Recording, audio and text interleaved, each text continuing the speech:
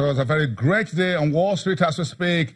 About 1 hour to the opening bell, less than that. So take a look at what is going on as far as the markets is concerned. The major stocks futures are looking very strong. The figures you're looking at was just about an hour and a half ago. Those numbers are looking much better. The Dow Industrials is about 0.35%, solidly green as we speak. The S&P futures 0.33%, and the Nasdaq futures 0.37%.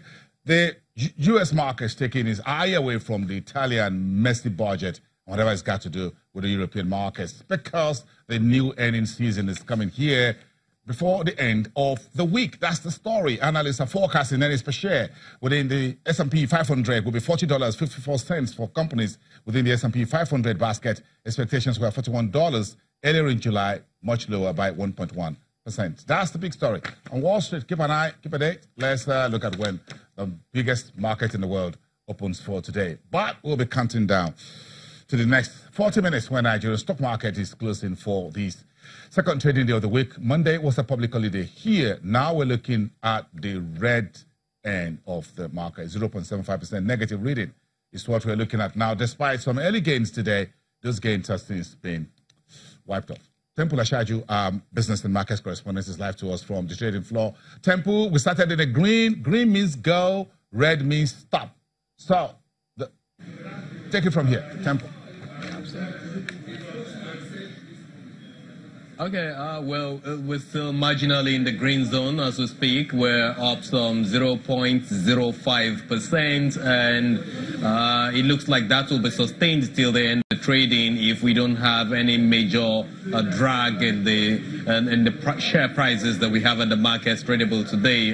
Talking about the heavyweights like Nestle, like Dangote Cement, if there's no sort of profit taking or some kind of sell-off on these two major names, then we should be able to maintain this momentum till the end of the market.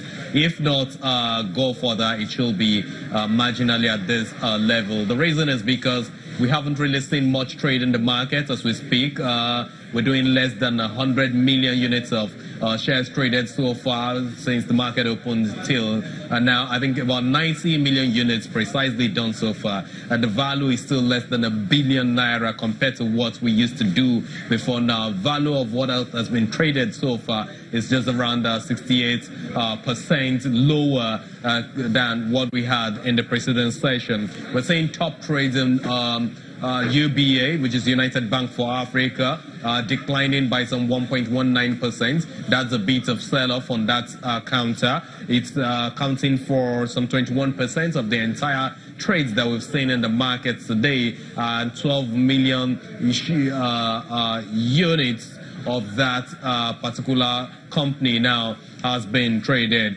as we speak. In terms of sectoral performance, the banking sector is not really moving up. It's basically flat as we speak. You've got Access Bank trying to do some 0.05%. Kiotics in the industrial goods sector is also up some 0.20%, while Dangote Sugar in the consumer goods sector is 55 basis points up as we speak. You look at the NSE 30, which comprises a lot of the companies that the NSE now classifies as major stocks in its basket. It's down 7.82%.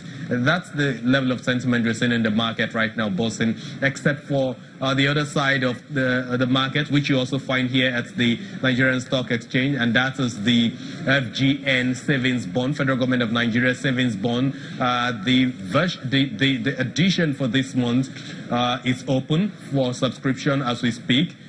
You have a 2-year and a 3-year program. You have a lot of brokers now selling that out to their clients, their investors, to see how they can key into that. It opens the first week of every month.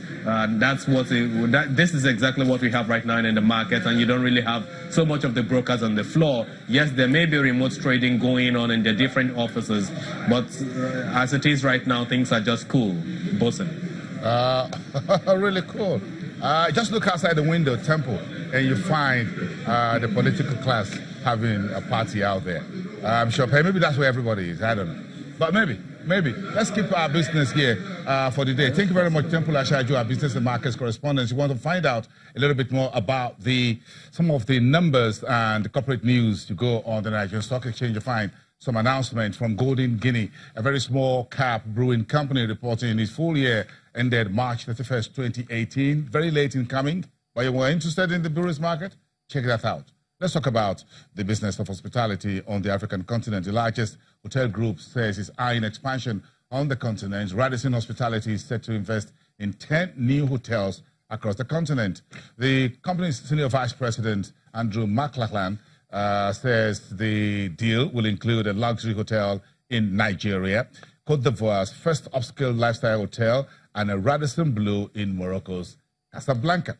Global hotel chains, including Marriott International and Hyatt Hotels, have been increasing their investments in Africa, which are some of the world's fastest growing economies and a rising middle class. Meantime, Hilton Worldwide Holdings says it's also planning to more than double its hotels in Africa over the next 5 years. According to Chris Naseta, the company's president and CEO, the group hopes to achieve this by striking deals with existing hotels for conversion into its brand. Hilton plans to introduce his Courier Collection, an upscale hotel brand on the continent, starting with a hotel at the Lagos airport in Nigeria. The McLean, Virginia-based firm has operated in Africa, where it has 41 open hotels and 53 in development since the year 1959. And that was just before Nigeria's independence. I'll see you tomorrow. Have a great day, everyone.